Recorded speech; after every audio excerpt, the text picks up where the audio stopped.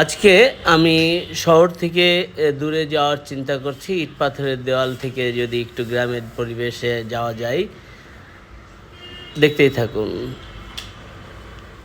এখন আমি ডাঙ্গাতে আছি, পলাশ ডাঙ্গা, যেখানে নদীর পাড়, আর বিশাল একটা নদী, শীতলক্ষ্যা নদী।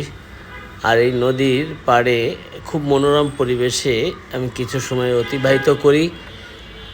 দেখতেই পাচ্ছেন স্বচ্ছ পানি, মনে হচ্ছে নেমে গোসল করে তারপরে উঠি।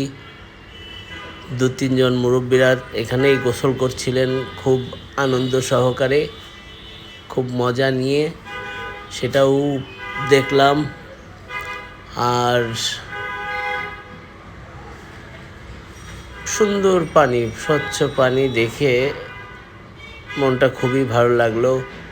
গ্রাম্য পরিবেশ, অনেক দিন পর এরকম পরিবেশে আমি আসতে পেরে খুব ভালো লাগছে।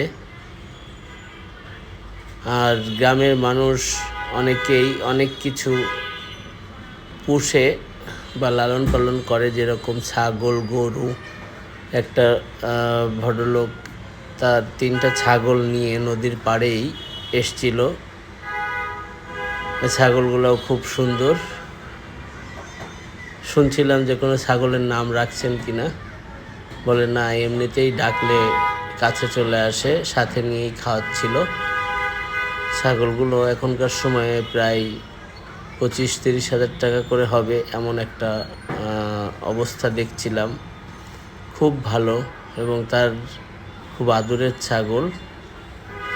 এই হলো অবস্থা। যাই হোক, গ্রাম্য পরিবেশে যতটুকু সময় পার করলাম খুবই ভালো লাগলো। বেশি সময় ছিলাম না, তারপরেও একটা গ্রাম্য পরিবেশে যাওয়ার পরে যে মনটা একটু ভরে যায়, সবুজে সবুজে ভরা নদীর পাড়ে, আর কি চাই। সবাই সময় পেলে অবশ্যই এরকম জায়গায় ঘুরতে যেতে পারলে হয়তো বা আপনাদের মনও ভালো হয়ে যাবে। সবাইকে অনেক অনেক ধন্যবাদ। আর এই ধন্যবাদের সাথে আমার ভিডিওগুলো দেখবেন এবং অপরকে দেখার সুযোগ